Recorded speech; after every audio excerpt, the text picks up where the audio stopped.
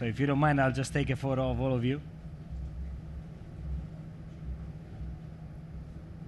And then I will compare it with people who leave and publicly shame them. No, I'm not going to do that. Maybe. No. All right, thanks everyone for attending. It's great. We'll try to keep the pace high simply because it's the end of the second day, so people may be a bit tired. So we'll just try to keep going. So as I was said, I'm Claudio. These are my coordinates in case you have questions at the end or questions that come up if you decide to review the material and then something just went amiss. So feel free to reach out with any of this. You don't need to write it down because it will be in a file that I'm going to ask you to download in a few minutes. So we have more ground to cover than time, which doesn't mean that we're going to just try to compress it. It means that if by the end of this, there will be things that if you want to, you can explore on your own and then just try to somehow go on from there. If at any time you have questions, feel free to interrupt. We'll try to, I'll try to reply them in a more or less like a time box fashion, meaning if it's something that it's quick to sort out, we'll deal with it on the spot. If not, we'll try to keep it for afterwards. That's just because otherwise we need to just block everyone. So we'll try to keep it going, but feel free to ask questions. And then along the line, we will have times where I'll just ask you for 5 minutes to do something on your own. This will be it will be very focused, so it should be 5-10 minutes at a time. If you feel like pairing with your neighbor and person sitting beside you, that's perfect. So whatever works best for you. Yes. Sorry, I can't hear you. Is it okay to push the GitHub as we go? Yes. Do whatever. Yeah, whatever works. That's fine. None of this material is you can definitely publish it whatever you like. If you go to this link, you will download a PDF.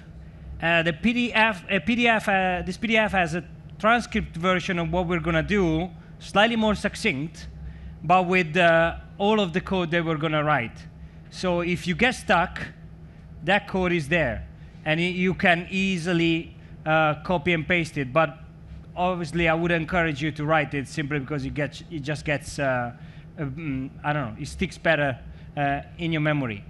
And the PDF contains also information about my contacts and everything. So you don't need to do anything apart from downloading that and follow along in case you somehow stay behind. So I'll leave this for 30 seconds on screen.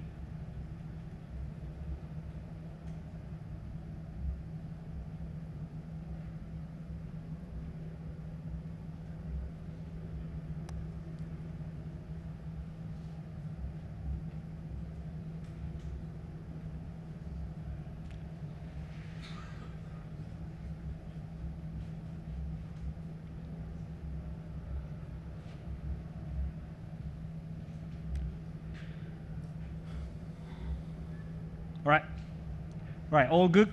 Can I go on? 3, 2, 1? Okay. So if you haven't installed Elixir, this is the page. I'll just repeat that for people who arrived more recently. There are instructions for every platform here. Who needs to install the language? Okay? So please feel free to do that. By following this link. So once you've done that, also you can just Google Elixir lang install and it will take you to the same page. Once you've done that, the expectation is that if you type mix -- version, you're going to get something. That is not an error. The version is not that important. We're not going to use anything specific for this specific version. So 1.3 onwards should be enough. But the important thing is that mix doesn't error out. So if you have installed the language and you try to do this, it should look vaguely familiar. Raise your hands if you don't get it, something like this. Okay, you don't because you need to install the language. Yeah, I remember that. Okay. It should be okay. It should be okay. Should be okay. In general, it seems I have the heating right behind me, so I can barely hear you. So please really shout. Or, I don't know, come closer. I don't know. So we'll give it like 5 minutes for the people who need to do the setup. And in the meantime, I'll just talk you through what we're going to do today and why we are doing this in general. So the assumption is that if you're sitting here now, you are either vaguely interested into the language, or you know something about it, or you heard something about it. So why would you want to learn Elixir or Erlang by extension, considering that there's plenty of choices right now of things you can learn? I mean, this whole conference, there was like so many things that you can get interested in. So there are essentially technologies you can use to build not just distributed systems, but primarily distributed systems in a concurrent fashion, which means that you can basically build applications that are composed of smaller components that work together according to, as a philosophy, according to the actor model. But in general, it's applications that tend to scale predictably and well, and where the resilience of what you build is a primary concern. So any application where you want to make sure that it stays up as much as possible, these are good candidates. As languages, Erlang and Elixir have good ways to interoperate with other technologies as well. So if you have if you want to build a product where you have a component that is related to some sort of machine learning or heavy data crunching, you can basically use Elixir Erlang to orchestrate everything and then use a better fit for data crunching for the specific part. So in general, quite flexible tools. Now, in this case, and what we're going to talk about today, compared to other introductions that you can see to the language, we're going to talk primarily about the concurrent side of things. So we're going to work with processes from the start. In Elixir Erlang, processes are first-class citizens. They are not your operating system processes. So in general, when you run Elixir code, you run a VM. A VM is one or more operating system processes, but you don't have control over that. That runs on all available cores that your machine has. And inside that, you spawn and you run and start and stop any number of processes. A machine like this can get to 15, 20 millions of them without breaking a sweat. So the main takeaway is that they're cheap and they're safe to use. So compared to other languages where you tend to shy away from concurrency because concurrency is way harder than it can be, in Elixir Erlang you tend to embrace it from the start because the tooling allows you to solve a lot of problems in elegant ways that you can keep in your head. So you will see that constructs that we use are completely different than constructs that you have when you do concurrency control in languages like C or Java, for example. Okay, so after this introduction, I assume that in the meantime people did the setup, so we can just like dive straight away. Who needs to wait more? Who's stuck? Or who's got any issues? That's great. Okay, so we're gonna start straight away. So if you get a terminal open, we start by creating a project. So Elixir out of the box gives you a scaffolding tool, which is called Mix, which does pretty much everything. It does dependency management, runs different tasks, compile code, you compile tests with it, you pretty much do whatever you need to do, you do it through Mix, which means that Elixir code and Elixir applications tend to be extremely predictable in their shape, and it's not just in terms of how a code base looks, but in terms of how you interact with it. So if we type mix new, and I'm just going to call it OTP, or like you could use any name. OTP stands for Open Telecom Platform, which is an acronym that dates back to Erlang. It's a set of primitives and patterns to work with concurrent programs. As we're going to build one of them, we're just going to call this OTP. So if you do that, you're going to get a small project scaffolded. If we cd into it, and we can run mix test, you should get an output similar to this. Depending on the version of Elixir you have, you may have only one test running and not two. That's OK. You just have a slightly different scaffold. We're not going to worry about that too much. So again, the command that you can see, you cannot see because it's in the scroll back. It was mix new OTP.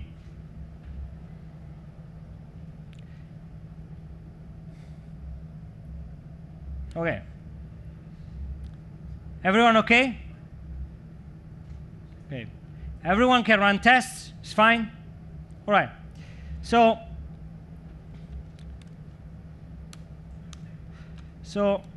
we're going to keep, or I'm going to keep, you can do whatever you like, but I'm going to keep the screen divided into two.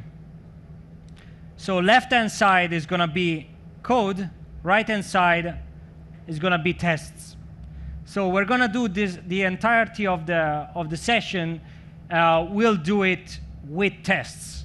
Not necessarily test-driven all the time, but with tests. So that we can get into the habit of writing code and tests straight away. OK, so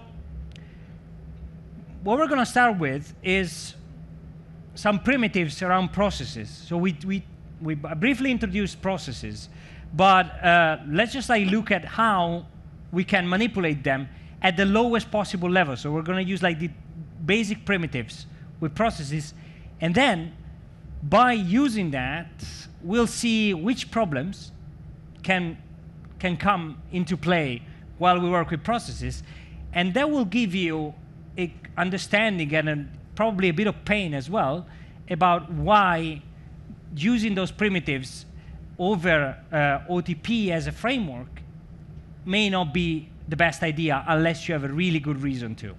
So we're just going to start with something simple. And the simplest thing we can build is quite a classic. We're going to build an echo process. So a process that when you receive a message, it sends it back to you, exactly the way it is. As simple as that. So if you go into the test directory, we can create a new file, which we're going to call echo test and .exs. So I'm just going to show this full screen now. So a typical layout of a minimal Elixir project, obviously you can have more files than this, but the layout is always the same. Does this work? How do I do that? Yeah, it does. So config is static config. I mean, it's not static data, but it is configuration data. So things like API, not API keys, but configuration options would go in this file. Lib contains your executable code. Test contains your test code. And mix.css is basically the project definition. So sort of like the manifest of how things are wired out in your project. Important thing to keep in mind, executable code is .ex. So it's a file that gets compiled into a Beam code. So it will end up going into a build folder, and it will become a Beam artifact. That's basically what you would ship as not as an executable artifact, but it's part of an executable artifact. EXS, which is tests, they are scripts. So the compiler compiles them, keeps them in memory, but they don't generate persisted files. The only reason why I'm pointing the attention to this is that tests, they're always written with _tests.exs. So if you miss the S at the end, that test will be invisible. So it will not run. So when I started working with Elixir, I may or may not spend an hour because of this, just banging on the screen. So library code.ex, test code.exs. All clear? Yeah? OK, so we created echo test exs, and that's an empty file. So we're just going to write some code in it. So def module. In Elixir, there are no classes. There's pretty much the only thing you can use is modules. And modules group functions. And they are grouped in the same module because they pertain to the same topic. And that's it. There's no other construct that groups functionality together. So a test is a module that happens to have some specific properties. So by convention, the name is a sort of like a camel-cased version of the file name. Now, technically, I should have put this into a test/OTP folder. I just forgot. But that sort of like file path and directory structure mimics, by convention, the module name. Now, it doesn't matter from the compiler point of view. The compiler will happily accept any structure, and it will find files, because it just aggressively globs into the folder. But for ease of use from a developer ergonomic point of view, that's what we should have. So as we are going to have an OTP.echo module that we're going to write, we have an OTP echo test module.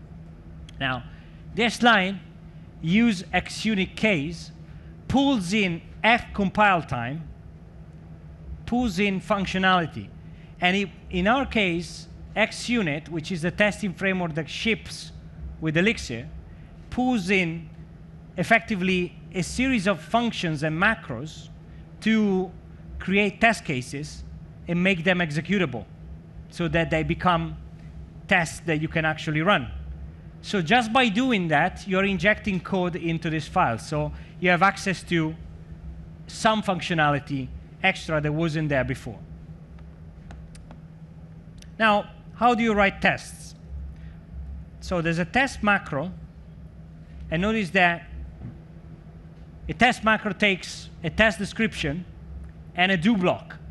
So the do block contains the body of the test. Now, you can have as many as you like of these test declarations in a single file, as long as they have a different description. So you cannot have a name clash on that. But in general, you can just like add as many as you like. Each one of these tests, by default, will be actually not by default, but we'll make it run in that way. So because we set this entire thing as asynchronous friendly, each test will run in parallel. So we write 10 tests. When we run tests, they will run in parallel.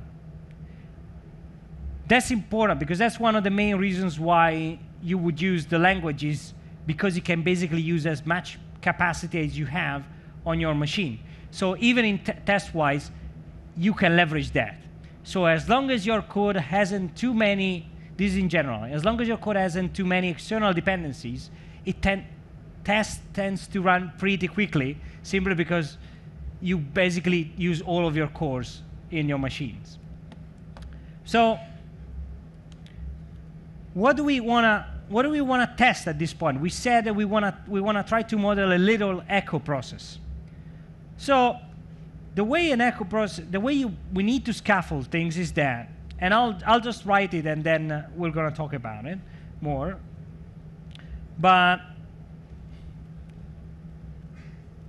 we have to start an echo process, and then we send to this echo process a message, hello, and then we assert that we receive it back. Now, let's look at this line by line. And in general, in the language, like this is like 3 lines of code, but they pack pretty much 80% of what you need to know about the concurrency model. So what we're doing here is that we are assuming, and we don't have that yet, that we have an echo module. An echo module represents a module that has the functionality that describes how our echo server, our echo process works. So we started, and for reasons that we'll see afterwards, we link it to the test. So there's a relationship between the test process, because this body runs in a process. So the body of the test is executed in a process, and this test process spawns and starts another process, the echo process. The return value of this function, and this is where, who's never heard of pattern matching before as an idea? Okay, so pattern matching means that whatever you have on the right of the equal sign will return something. So this line does not error if what you have on the left can be matched with what comes back on the right. Now, you can think about pattern matching as applying a mask. So this function returns a tuple. This is just notation for tuple, curly braces, where the first element is the atom, which is it's atoms are basically it's a name and a value at the same time. It's like, if you've done Ruby, it's like a symbol. So the value of this thing is also the name. It's unique in the system, and its value is exactly its name. So you can have as many as you want with the same name, and it's always a one single thing. But in any case, this is what is called like a tagged tuple. So it carries with it in its shape an idea. The idea is that the return value of this function should be something that it's okay, it's successful, and this is purely conventional. It's a sort of a way to have some sort of like types in a language that doesn't have explicitly strong typing. So as long as the return value of this matches with a tuple where the first element is okay, the second element doesn't have a predefined value. This will be, PID will be assigned to the actual process identifier that returns from the function. So an analogous thing we could do is, if we do this, so a list with 1, if we pattern matching against a list with A, the compiler says, what can I do to keep this statement true? And the only thing it can do is assign A to 1. So on the subsequent line, A will be 1. So you can think about pattern matching as a way to destructure values, to extract values. But at the same time, it gives you the ability to encode an expectation about the return value of a function. Because if these errors and these two, on the left-hand side, we go something that looks radically different, this line will error, the test process will crash, and the test itself will crash dramatically. Is everyone clear on this, or should we repeat it? Okay, so I'll just remove this too. So what we're saying is that start the echo process, grab the PID. So at this point, we have a handle on the process. Now, processes, when they get started, they get assigned by the runtime a process identifier, which is like 3 numbers. And it's unique in the system. So there are no processes with the same process identifier. So if you grab it, effectively you have a handle to that process. So what you can do is, by using an API that doesn't exist yet on this echo module, we send a message to that process, and the message is the atom hello. And when we do that, then we say, but this is an asynchronous operation, right? We send, and we don't block to wait any reply. So after that, we say, we run an assertion. The assertion is that we expect the test process to receive a reply back from this PID in a certain amount of time. Now, the timeout is implicit in the sense that assert receive has an implicit timeout, which could be 100 or 500 milliseconds, I don't remember. But it is implicit. So if this doesn't reply in a reasonable amount of time, this assertion will fail. Now, message passing, which is exactly what we just talked about, that's pretty much the core idea behind how you communicate between processes in Elixir. Because the act of sending a the act of sending a message to another process is guaranteed to never fail, which means that you can always send a message. The point in time and that line of code that sends a message will never fail. However, you don't have a guarantee that the recipient exists, is still alive, is capable of handling the message, and is going to reply back. You have none of these guarantees. The only thing you know at that point in time is that sending a message is guaranteed to succeed, which means that if it's completely asynchronous and it will not fail. However, if you have expectations about the reply, you have to explicitly define them. So the code that we're going to write in the implementation, and that code is sort of like embedded into this assertion, is that we expect a reply from that process in a reasonable amount of time. But by definition, that is the only thing you can express. Now, this is important because it's a very simple idea around sending messages. Then we'll see the ideas behind receiving messages. But in essence, this is what we're doing here. All good? Yeah. Oh, sorry. Who's expecting the message? Is it echo or process ID? Who's expecting the message? So the test process expects a message. So the body of this function is executed in a process. That process, which is accessible as an identifier with just a keyword self, is the process that effectively runs this code. So when we send a message to the other process, to the echo process, where we have the PID, we are effectively sending the message, and we'll see how, but we are using the test process as a receiver. So it is the test process. It is this code, effectively, that is waiting.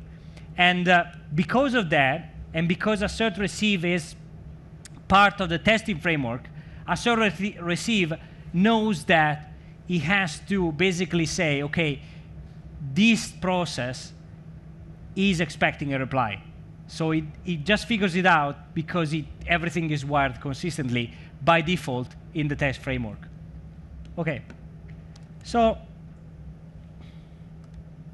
if we run this, it errors. So to run a test, I have a shortcut, but if you wanna run it, you just run mix test, and that runs all the tests in your project, or you can do mix test and then pass the path of the file, which is in test echo test. That runs the entire file. If you pass a line number at the end, so with colon 5, it just runs that test. So you can narrow down exactly to what you need to run. Is there a way to do continuous testing? There are tools for that. There are tools for that. So I'll just show it. So Elixir has don't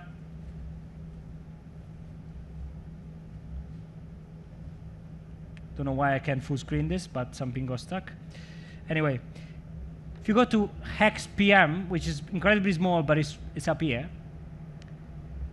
It's a package manager for Elixir and Erlang. If you basically search for, I think like auto test or something like that, no? Maybe test watch, I forgot. Yeah, there are at least like two of them that you can use. And so I got this thing like stuck there now, sorry. Let me see if I can kill it. There it is.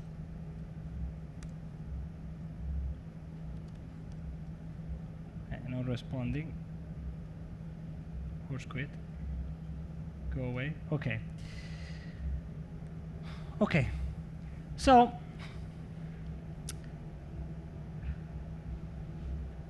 this is what we have right now, a failing test. Now, for implementation, and we're going to start to implement this. Now, ideally, you can go into the lib folder. Then we can create a namespace, just a folder called OTP. And inside that, you can create a file called echo.ex.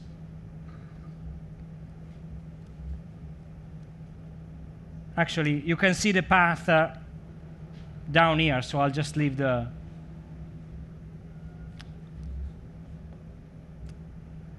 So,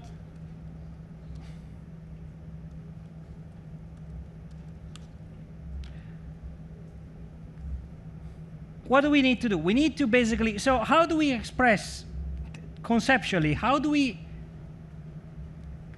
work with processes? Because there's one specific thing that we haven't mentioned, which is a process has, by definition, a life cycle. So you can spawn something, and that process will stay alive only if it's doing something. So there are only two possible scenarios for a process to be alive. Either it's actively computing, whatever it is, like any kind of like functionality you can think of, as long as it's computing, it stays alive, or it switches to receive mode, which means that it blocks and waits for messages to come in. There are only two ways to keep a process alive: computation or receiving messages. So that means that if we want to build an echo server, the only thing we can do is spawn a process, and basically, as early as we can, or after a very minimal setup, we switch it to receive mode. So we just say, okay, now I'm just going to wait for messages coming in so that I can reply back. Now, as a language, Elixir and Erlang are functional languages. And they use pretty much, as a construct, they really use recursion a lot. You don't necessarily see it every day because it gets hidden behind public APIs, but they use recursion a lot. So, because that's the only way basically to do computation and then somewhat like keep doing it, because there's no, effectively the language doesn't give you any other way. So if you combine the idea of receiving and recursion, basically what we need to do is the process starts, enters receive mode, waits for a message, handles that message, and then goes back to the beginning. So it goes back into receive mode by calling the function. And it keeps like doing that until something happens that makes it stop. But in general, that's what we need to write. So what I just described is what is normally called the receive loop. So there's always a process always enters at one point. If it's a process that is supposed to stay alive, it has to enter a receive loop. So how do we do that? Well, first of all, let's define the starling function. We had a starling function in the test. And what we need to do is we spawn. So spawn link is a primitive. It's built into the language. It spawns a process. Now, when you spawn a function, when you spawn a process, spawning requires you to give it a function. So you spawn and pass the function that represents what the process is going to do. Now, it is one function when you spawn, but that function internally can end up doing like all sorts of other things. But you need an entry point. So what you can pass to spawn link is three arguments, which is normally called MFA, which stands for module, function, and arguments in a list form. So if I write this, if I say spawn link, so spawn a process, and the function I want you to run is the loop function in this module, and this function doesn't take any arguments. Now, what this says is it says that a function called loop in this module, because it's the same one we're referencing, that doesn't take any arguments. So a function with what it's in, like the language calls this function a function with zero arity. Arity is the number of arguments that a function takes. So this is a function with zero arities. And this is important. This is the list of arguments that this function would receive. Because the list is empty, the arity is 0. If we put one element into this list, this function would be a function that received one argument, but we don't need it. So we are saying spawn this function in this module without arguments. So the only way for this to work is for this to exist. So, and then just because we want to signal to the caller that this works fine, then we return OK PID. Because that's what we expect in the test. So we just take this, wrap it into a tuple. Does it make sense? So if I give myself a bit of room and run the test now, oh, we got another error, of course. So the error is, the error is exactly the same. Now, it's me being dummy. We are saying echo star link, but this is called OTP.echo.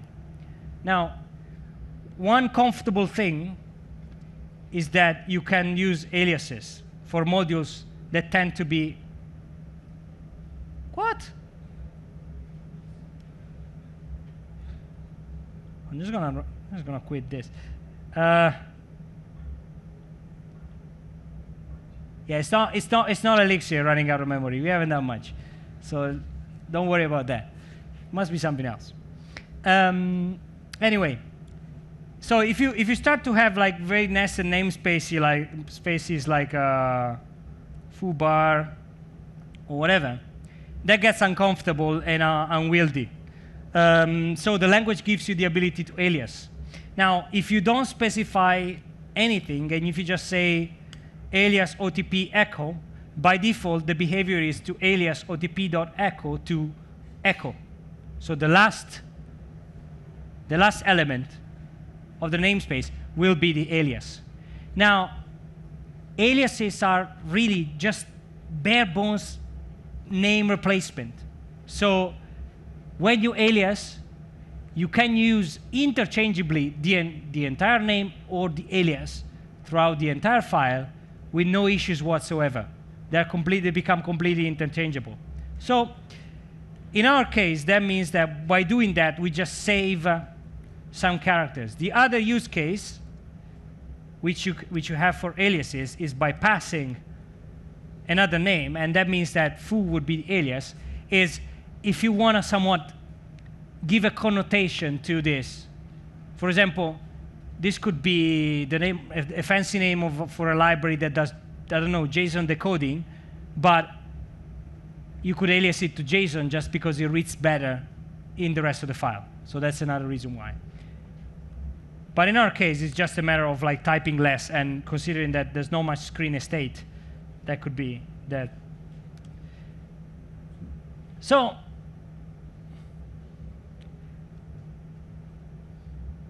how is this passing?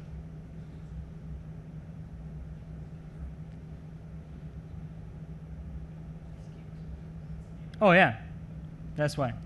Thank you. Yeah, you thought the language would be so cool that it just writes the rest of the code. No, no, no, you still have to write it. But yeah, no, it just keep the test. So we went a bit forward. So send is undefined or private, and that's understandable. We are saying here that there's a public send function, and there isn't. So let's just implement that. So send takes a process identifier and a message, and it will use the send method from kernel. The only reason why we have to, like, kernel is always available, but because we are using the same name, we have to fully qualify it with kernel. So what kernel send wants is a process identifier, and then this is where we're gonna start like thinking about how to reply back to the caller. Because if we just send the message, the language is there is no shared state. So the process, unless we tell it who's the caller, they cannot find it anywhere. So in general, if you need something in a function, you have to pass it to it. And if one process has to communicate to another process, it has to pass, in general, all the data needed to work effectively, to have this communication working properly. So we have to basically say, OK, send to this other process a message and my own PID. So when any process calls this function, so this is the receiver, this is the message, so it's going to send the message to the receiver, but it will wrap the message into a tuple where we pass the reference to the caller. So self is the process that calls this function. So in our tests, it will effectively be the test process. OK? So if we do that, and we run the test, that's actually the meaningful error that we want. So what we have here is that this is saying no message matching hello after 100 milliseconds. So what this is saying is that the test process is expected to receive an hello message back in 100 milliseconds at most, but this is not happening. But that's OK, because the echo server doesn't do anything. So let's look into that. So to do this, we have to, as we said before, we have to switch the echo process into receive mode. Now, how do we do that? So receive mode is activated with the receive do construct. So we explicitly use the keyword receive, so the process switches to receive mode, and we have, and this is the second important idea about processes and message passing. The first one was that message passing never fails. The second idea is that to handle messages that come in for a process, you have to actively decide which ones to handle by pattern matching on them. Okay? So what does that mean? That means that if I do a plain receive do and I don't do anything, nothing's going to happen. What I need to do is I have to specify a pattern that as a process I'm able to handle. So in our case, the process shape, so the message shape, sorry, that we are willing to handle is this one, which is the shape that we're using here. So we send a message wrapped in a tuple, where the second element is the caller. So we declare a receive pattern matching clause that knows how to handle that.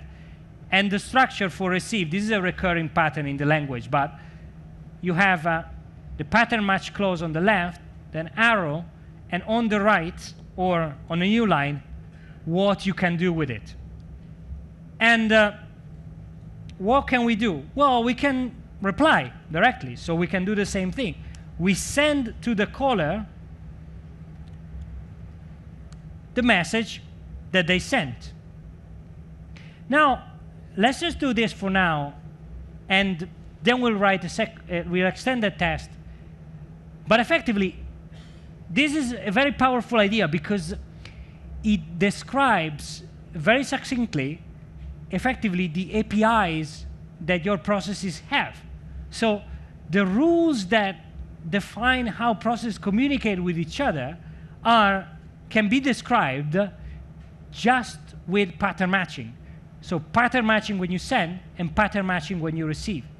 And that becomes the message API that this process can implement. Now, you don't have to necessarily to expose that to the outside world. In fact, we don't, because we will wrap it in a function, and this becomes an implementation detail. This should be protected in the same way you protect private methods in other languages.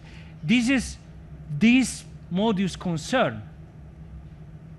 The external world does not need to know, but it makes it very straightforward to keep things in check and keep things consistent. So if we do this and rerun the test, it passes. So we have the first passing test with actual functionality and the echo server that works. So it didn't take that much. So we got that. Now, before we go on, is this clear? Okay. So this is very important. This is like probably the most important thing. So receiving messages is an active action that a process does, which defines which messages the process is capable of handling. Until you do that, any message that the process receives will be stored in the mailbox. Now, the extension of that is that if you send messages to a process that is not in receive mode yet, that will start queuing. And if you send messages to a process and that process does not know how to handle them, they will stay in the mailbox. So until that process switches mode and knows how to handle them, they will just wait there in its mailbox. Now, the important thing is that the capabilities of a process are not static. So it's not a compile time. It's not something that compile time gets fixed and you cannot change it. Because a process has a life cycle, over time, it can change capabilities. You can teach it new tricks, basically. So over time, you can change what kind of processes it can handle. So that means that you can describe, effectively, you can build state machines just based on what kind of messages a process can handle. So we're not going to do that, but the idea is that it's a very small primitive that makes you do so many different things. So let's duplicate this. So let's just do the same thing twice. Now, and let's rerun the test. So I just like copied and pasted the same 2 lines. And we got a failure. And the failure is at line 13. So this second assertion failed.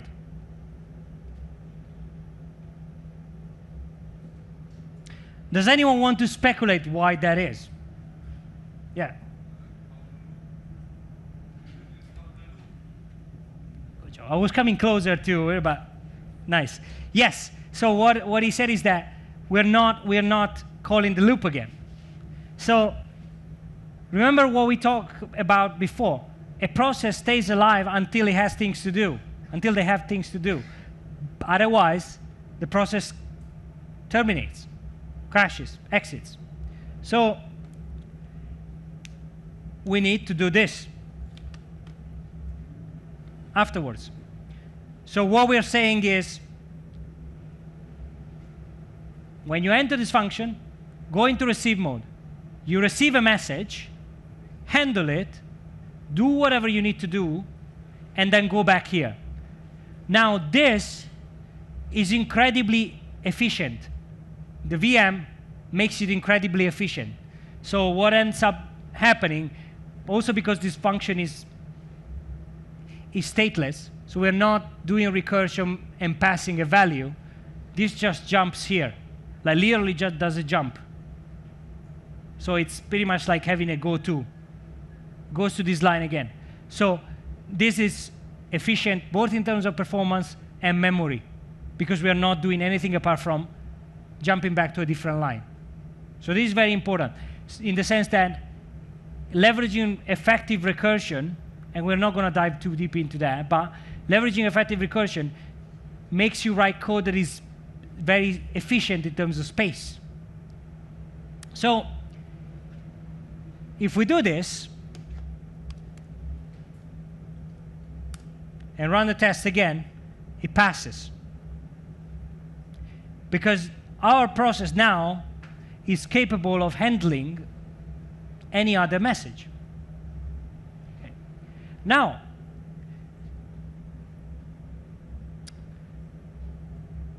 we made a very specific choice, and this is the other thing that we need to keep in mind. We made a very explicit choice here, which is we say that this process can only handle this type of messages. So tuples, where sort of like tuples with 2 elements. We're not more specific than that, or we're not bothering to be more specific than that. But that is not the only thing that that process can receive. Now,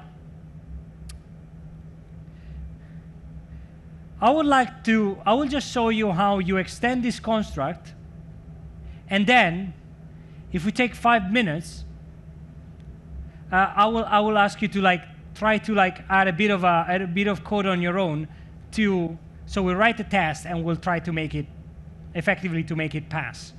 So the test we're going to write is that we want to make sure that this process does not crash when it receives a message that is not compliant to this API. So if we just say send to the PID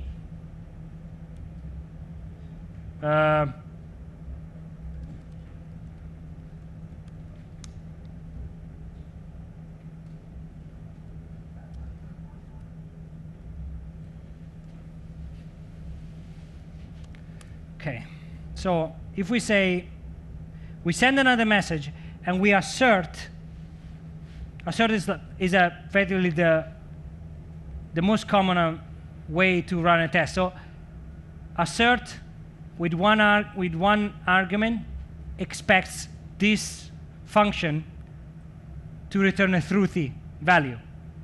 So process alive with a PID tells you if the process identifier you passed to it is still alive. So he hasn't crashed. So what we're saying is that we send another message that is out, is what he would call a message out of band, which means it doesn't conform to the API that this process expects, and we assert that the process is still alive after this message. Now, there's a slightly tricky bit here, which is that we are assuming that the handling of this function, of this message, whatever that is fast enough that this line executes afterwards. It's a bit tricky, but because the handling this happens in a separate process, technically there is no guarantee that the handling of this message and this function, this statement, happen consistently in this order. It's just very, very likely, because this is quite fast and we're going to have a fast handling, but there's no guarantee of that. So just keep it in mind, this just works because we are being extremely conservative in the computation. Yeah? You are using send instead of echo send. Yes. The reason why I'm doing that, that's a good question, is because I'm using the raw API, the same thing. This send is kernel send. There's no name clashing here, so I can just use send. So what I'm saying is, I'm using the primitive that is available to communicate with any process to send an out-of-band message. So if I do this,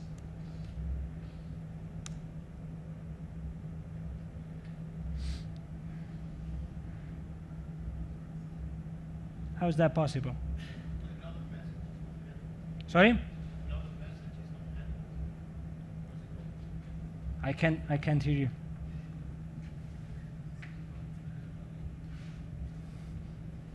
I was saying that another message is not handled because it's not a tuple of two elements. Yes. So it's not handled at all. So it is, of course, yeah, which is exactly what I said before. So, sorry, it's really warm here. So it's being there.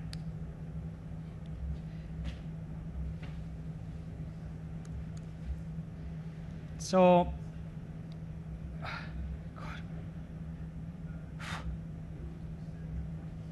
okay, so what do we want to do here? We want to make sure that when we send the message out of band, nothing bad happens. So, how do we do this? We normally put a catch-all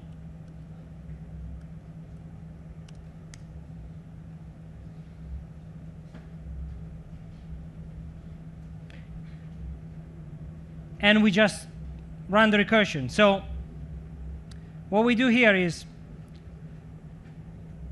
we grab any message that comes in, we ignore the value of it. The compiler will complain if you don't underscore the variable. The underscoring a variable means I'm going to capture it, but I'm not going to use it. And then we just loop. Now, what this means is that what we are protecting against this point, sorry, I wasn't too clear about it before, is that what we are protecting with this, we are protecting against effectively running out of memory, which it's not going to happen anytime soon, but if we don't have a catch-all clause when we handle a process, when we handle a receive block, that means that this message will stay in the mailbox of this process for the entirety of the lifetime of the process. Now, the VM, there are ways for a VM to tell you, look, you have effectively a memory leak around message handling. But in general, the best thing to do is to explicitly, if you end up writing code like this, is you want to explicitly say, have a clause that you can use to handle this, because that way you just remove that possibility from the start. So effectively, yeah, so the test in itself would pass anyway, but it gives us now we have the assurance that at this point, we're not going to effectively exhaust the memory of the process. Now,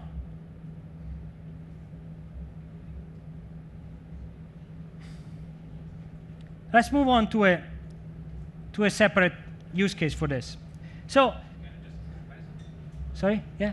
So the process stays alive, right? Yeah. Yeah, because we're looping. I mean, without that case. Yes, it stays alive. It stays alive. Now,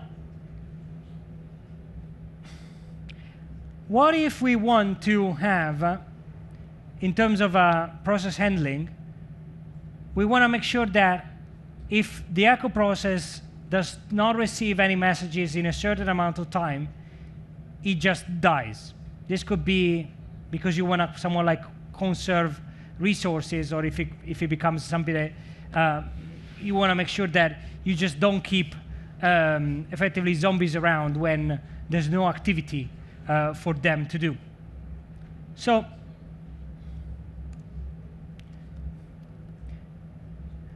times out after 50 milliseconds. So how do we do this? Well, we can start another echo process, which will be a different one. So there will be two processes when we run the test that run at the same time. Then we make this test process sleep for 51 milliseconds. So we just like stop this for 50 milliseconds. And then we assert, or rather, we refute that the process, the PID is alive. So refute is the opposite of assert. It will pass if this is falsy.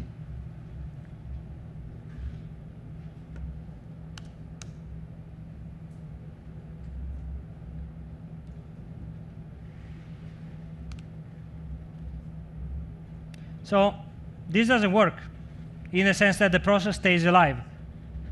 This shouldn't be surprising considering what we did before, but effectively, right now we have to basically think, we have to introduce the idea of what happens after a certain amount of time. So what we can do for that is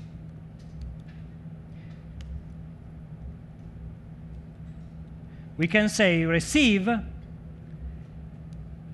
and then after a certain amount of time, which we can call receive timeout, and I'll tell you what this is in a moment,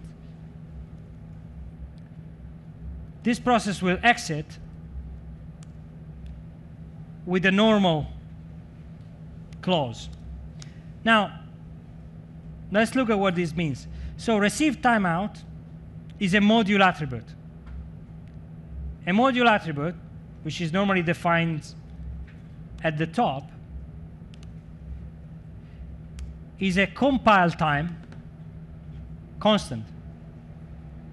Like this gets defined at compile time. You cannot change it. It's a proper constant. It's not like one of those fake constants that other languages have that you can actually change. This is actually solidified at compile time. So you can use it for static values. The classic, like this example is the classic example of just not having a magic number in the code. So receive timeout, notice that there's no equal sign here. It's just like this is this. So receive timeout. So after that 50 milliseconds, the by default you know, like you pretty much, in Elixir, you pretty much use milliseconds all the time, unless there are specific functions where you use microseconds and it makes sense, but in general, you default to milliseconds. After this timeout, we're going to exit the process, so the process self-terminates, and exit requires a reason. Now, reason can be anything, but by convention, a lot of the tooling in the language understands that the atom normal represents predictable outcome. So what we're saying here is that after 50 milliseconds of inactivity, this process will terminate, and that's fine. So what this does is that it means that because once you run your application, there's an error logger. There's instrumentation and tooling that checks the lifetime of every process in the system. Processes that exit with normal tend not to create noise in the logs, because that means that you made an explicit choice and you're considering this specific code path as something that is part of the life cycle of your application. Now, anytime you want to represent something that is not the golden path or normal life cycle, you can use other reasons. And you can just make this one up. Like, you can really use whatever works best for your domain. However, normal is one of the atoms that has a sort of like overloaded meaning, not in terms of overloaded programmatically, but it is a convention that the language established over time. So by doing this, our test is passing. So what we're saying is, effectively, after 50 milliseconds, our process will die.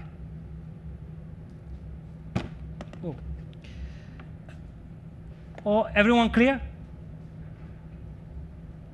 Sorry, I completely lost the scrolling.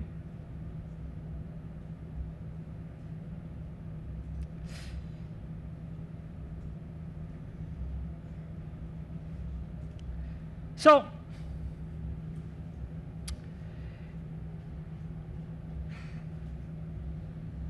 right now, we have, and this is where things will start to become much more useful very shortly.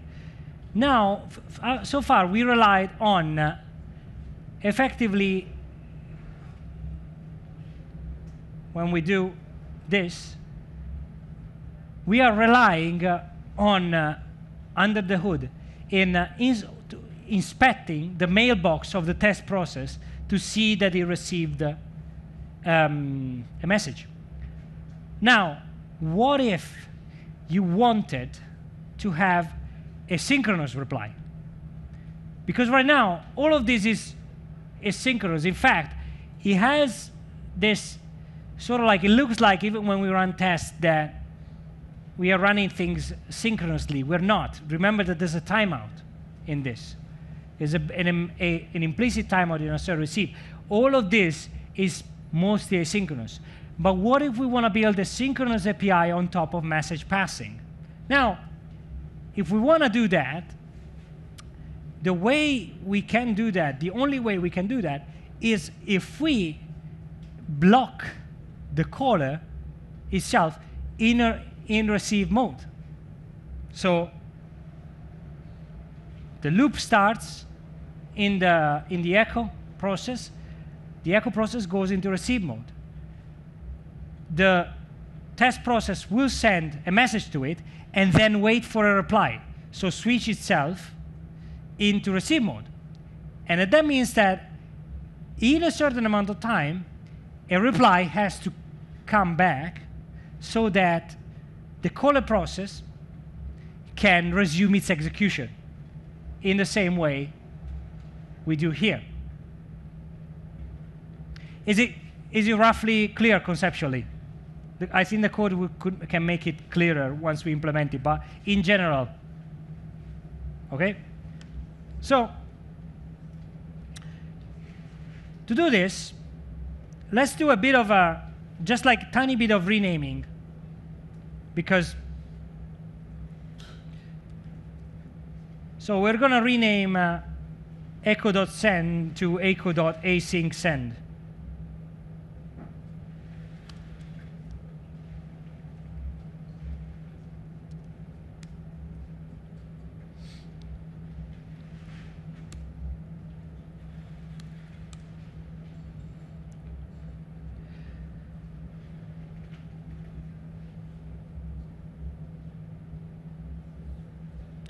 And we're going to write a small test for it. So test sync echo. So we're going to start. And we're going to assert that hello equals to echo sync send PID hello. So we don't assert the receive, like here. We assert that this sync send function synchronously returns this value. The fact that under the hood we are doing message passing, that's an implementation detail.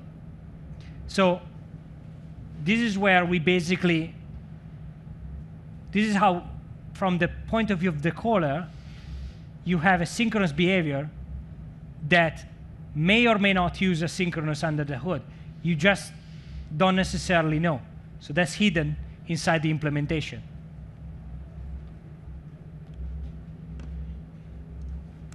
So if we do that, so the signature is the same. We still need a PID and we still need a message. But what we can do is we can call async send with PID and message, and then we block, and whenever we get anything, we return it. Now, is the body of this function clear, what it's doing? So it sends a message using this function, and then blocks. And if you receive a message, it returns it. We are not looping, which means that this is the return value of the entire function, which is what we expect here. Now, a small aside. Notice one thing. One file, OTP echo, that file, this one single file contains functionality that does not necessarily run always in the same process. It may be obvious for some people, but it's normally it's not that obvious.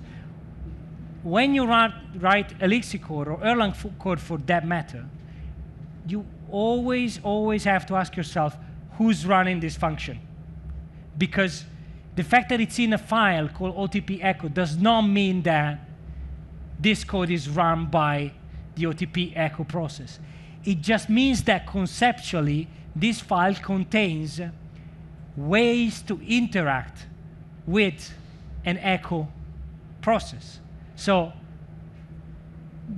it means that we use this module to define both, and it's not a golden rule, it's just what happens most of the time. We define both functions that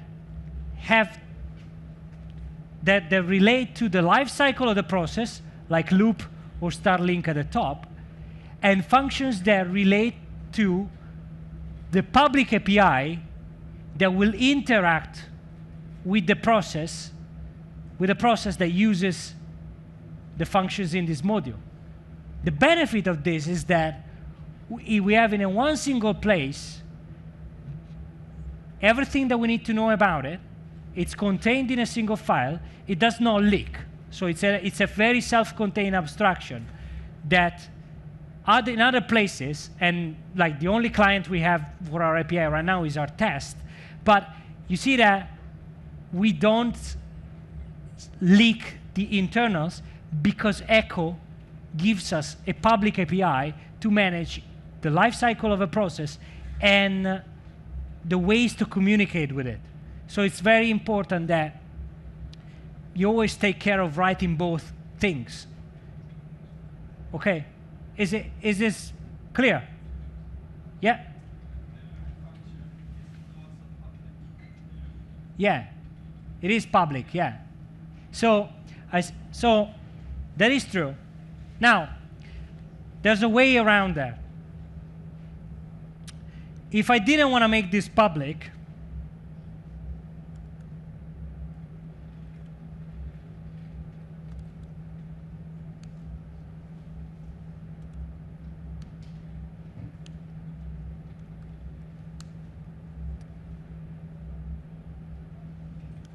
I could do this. So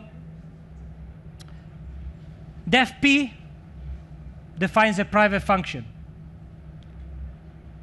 Spawn link, or spawn for that matter, they take either 3 arguments, the MFA spec that we said before, or an anonymous function, which normally looks like this.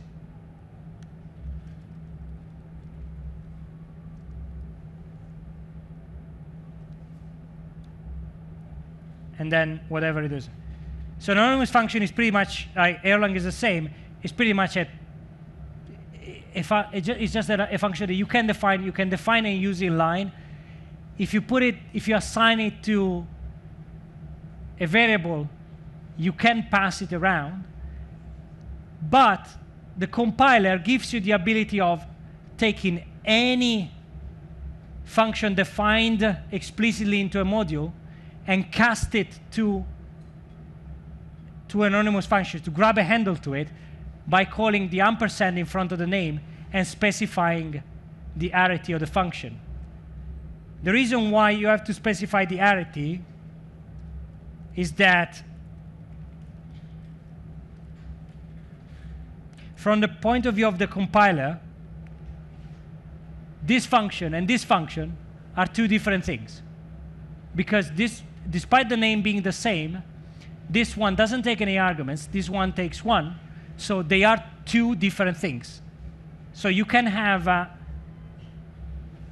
and there's also more things you can have, but if you think about it, even here, like these are not technically functions, but you have the same function with the same number of arguments, but different value here, that makes them different. Same way, you have 2 functions with the same name but different number of arguments. So does this make sense? So I'll just like remove this and then I'll leave this as in because like it should work anyway if I. Excuse me?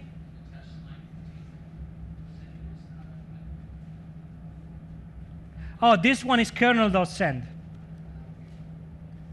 which is automatically available. Now, I do have another error, though. Undefined function. Oh, yeah.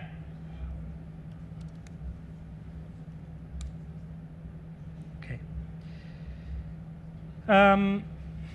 OK, so if you run the test now, this passes, meaning we are replying to the caller. So by doing this, we created a synchronous interface on top of an asynchronous one.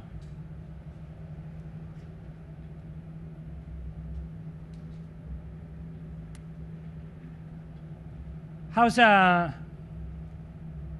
is it clear? Yeah? Okay. Now, let's go back to another idea, like to an idea we used before. If we are expecting a reply and we are blocking to receive a reply, then what happens if we don't get it? Like, by default, that process blocks like forever. It will never, like, because we didn't tell it to stop at one point, this will block forever. which is normally a problem that you have in other areas of like when you write code. If you try to like call an HTTP API and don't have a timeout, that's normally a recipe for disaster down the line. But in general, when you write this type of code by hand, it's always a good rule that unless you have a very good reason not to, stick a timeout. So how can we just like write a test for that so that we can simulate this problem? So what we can do is, so let's say sync send timeout. We're going to start this process again, and then we're going to receive assert error timeout. When we send a message,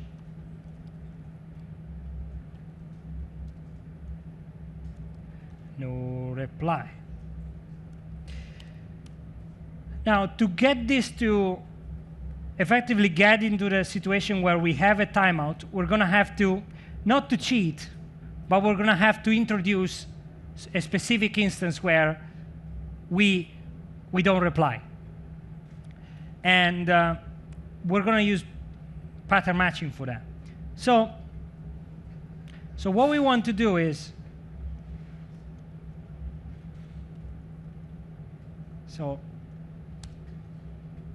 send timeout.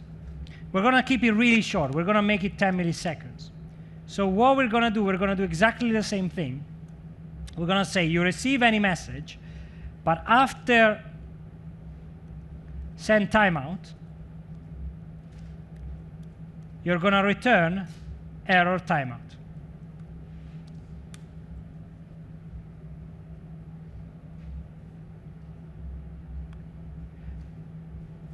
Just let me know when you're good with, oh, sorry, yeah. You said earlier on that most functions will return something. Yes. That whatever happens, it will return something. Yes. Is this test really necessary? It is. Because, functions always return, but remember that when we do this, we go into receive block. Receive block blocks the calling process. So this function does not return because you're explicitly blocking it. So the moment you use receive, you are blocking execution. So there's no way to resume from there unless something happens. So for example, if the computation that happens inside the message handling takes 10 seconds, that process and that function will be blocking for 10 seconds. So maybe your process will eventually resume because it just takes long to process whatever message it is. But in our case, if there's no computation. Like we're just saying, now you block until you receive a message. So this will wait forever until something in our system sends a message to this process. So we need to have a timeout. Now, right now, we run this, that fails. And it fails because the failure is we were expecting this to return error timeout. However, we receive no reply, which is the message that we passed to it. This just proves that the implementation we wrote works, just from the opposite direction. Now, why did we do this? Because we can simulate a problem by leveraging pattern matching. Now, this is quite a common, like not this specific use. This is more like for illustrating purposes. But you can use pattern matching to specialize a specific branch of function handling. So conceptually, what we are doing here is, anytime you receive a tuple with 2 elements, you have to do something. The idea of doing something pertains to both this clause and this clause. However, what we are saying is, if the message equals no reply, do this. In other words, we can use pattern matching to do control flow. And you read it from top to bottom. So conceptually, you can use this as a sort of like an if statement, where you're saying if is the message equals no reply, I'm going to have a specialized behavior. Now, if we pattern match with that, then we can just like do this. So what we are doing here is we shortcut, and we artificially introduce an instance where just for show the behavior, by passing this specific message, the echo process will not reply to the caller. And that means that this passes. And notice that the compiler complains because I didn't underscore this variable. So it's unused, so I have to underscore it. The reason why you underscore things is because it becomes a runtime. It becomes a compile time and by extension a runtime optimization where the memory used by any variable that is underscored gets released pretty much straight away. Yeah? Can you use just one underscore character? Yes. So the question was, can you just do this? Yes, you can just use an underscore. Some languages actually force you to just use an underscore. In Elixir Erlang, as it's enough to underscore the beginning of the variable. The community convention is to do this because it means that, first of all, you make it clear what you're underscoring. Second thing is, this is easy to grep. And the third thing is, if you need it, the refactor is trivial. You just remove the underscore. So you will very rarely see just the underscore used. You will always, most of the times, you will see the variable underscored.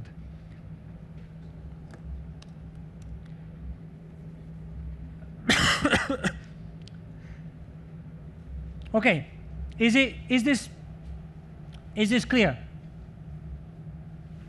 Okay, so we got 15 minutes left, which means that we're not getting even close to one of the things that we wanted to talk about. However, we get to the point where I think we can have a grasp of the pain that you have if you have to think about all the edge cases when you do message passing manually, which means that at the end of this, if you spend some time and investigate the constructs that OTP and Elixir and Erlang provide to handle concurrency, you will have a good grasp of why they're needed effectively. So let's think about one thing very, very, very, I mean, it's subtle, and maybe some of you thought about it, but let's see it in action. So let's look at this line of code. When we send a message and we block to wait for a reply,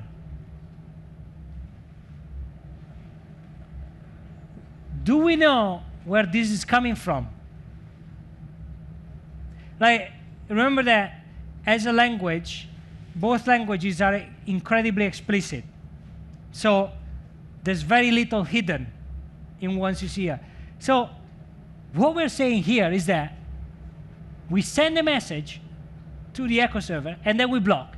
And we will return whenever we receive any message, not necessarily the reply to what we sent, which means that if you think about a scenario where we can call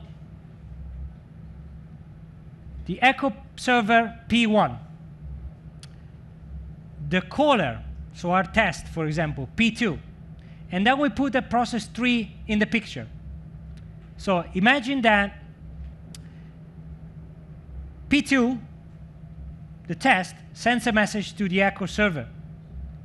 Now, in the time it takes for the echo server to reply back to the caller, to the test, another process, P3, sends a message to the test. Now, that means that we have a proper race condition where we would get a reply for something else, which may not be desirable unless you really like debugging and code that does things a bit randomly. So, because the important thing to keep in mind is that, and this is like the biggest, I think, like shift in mindset when you approach Elixir Erlang, is that processes effectively work concurrently. And since pretty much we had available multi-core, they also work in parallel. So if there's a possibility of a race condition, you will see the race condition. And you will see it not just like on a massive scale. Like other languages have race conditions that are related to concurrency and parallelism. They tend to show up sometimes with very high values of concurrency. Like you work with 4 threads, you're not going to see it. You work with 1,000 threads, you're going to see it. In Elixir Erlang, if you don't write code that takes into account these things from the start, you're guaranteed to see it fairly early. So the lesson in this is, don't write code this by hand and use other constructs, first of all, but in general, always wonder about who's replying to what. Now, and this is probably maybe the last thing we do today, and then we'll leave a bit of room for questions, but let's introduce another specialized message that we're going to call long computation. And this message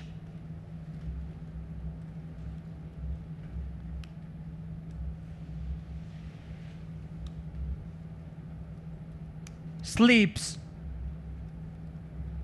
So that specific message makes the echoes of a process send timeout +1. So we're basically introducing a message handling clause that will always take a tiny bit longer than the time we are willing to wait for a reply when we ask for a synchronous message. So once we do that, once that's the case, then we're going to send back the long computation message. So technically, this specific message handling clause is just slow. It does exactly the same thing that the other one does, but it's just very slow. Which means that we can, so let me just write a sync message race condition. We can try to see if we can get it to fail. So we're going to write a test that makes sure that we get exactly what we need. So what we can do is, what we are expecting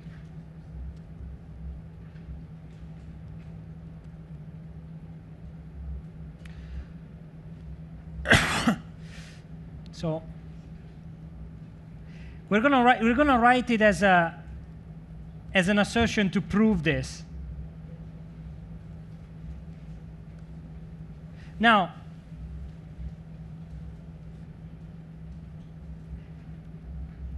so what we're saying here in the assertion, which is the same as we're saying in the line above. So we're saying we want to get this to trick this. We want to send the same message as above, but we want to receive a different message. So if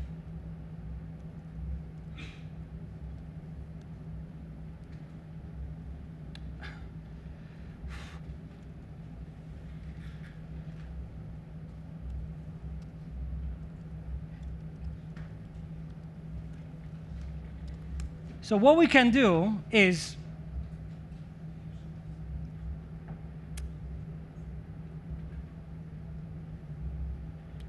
we're gonna leverage the race condition.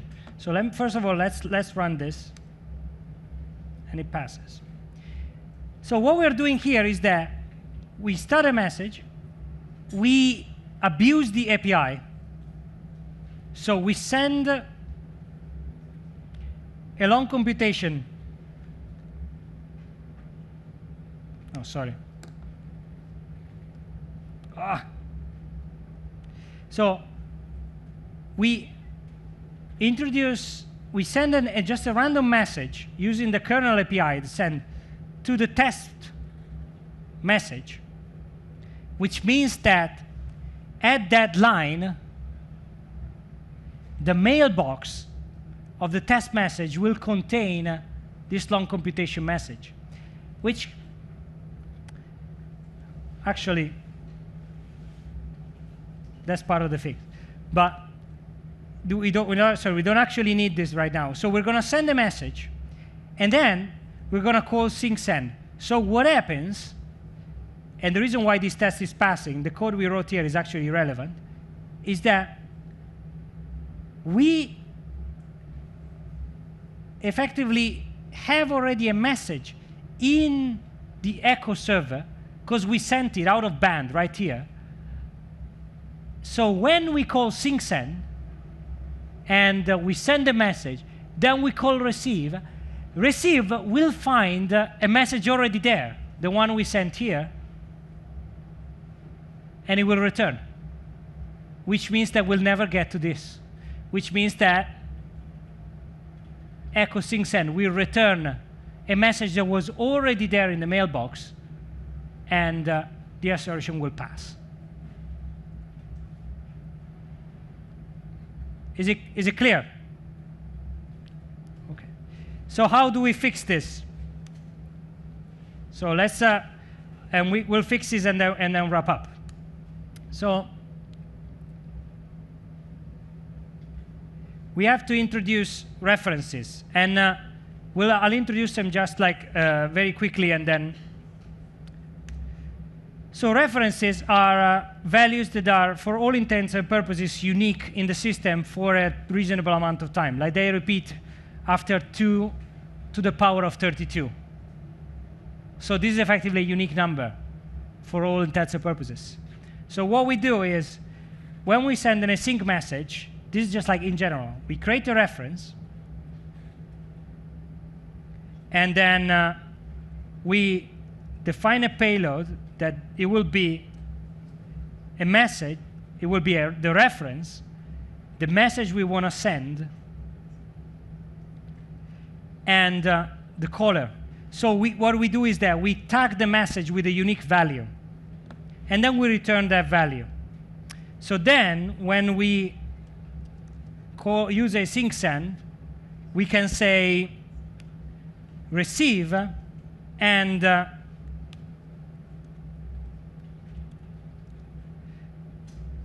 we will block and return only when we receive a tuple that matches with the value that we're expecting here. Now, the reason why we have to use the caret here, the hat, is because for the pattern matching clause, this means that this tells the compiler, use the exact value of ref. Don't pattern match and reassign ref. Use the exact value. So this is important. We give the message a unique value, and we pattern match on it. That means that this receive block will wait forever, or not forever, until the timeout, until it receives a ref message, a message that contains the reference that is being specified here. So this becomes a unique handling for this question. So this request will have to map to this response. And I'll leave this to you to do like on your own, but that just means that you need, at this point, to update the loop to receive messages that include a reference, and use that to reply back to the caller. So that way, you remove the race condition completely. Yeah? On line 24. It's a tuple. Oh yeah, sorry.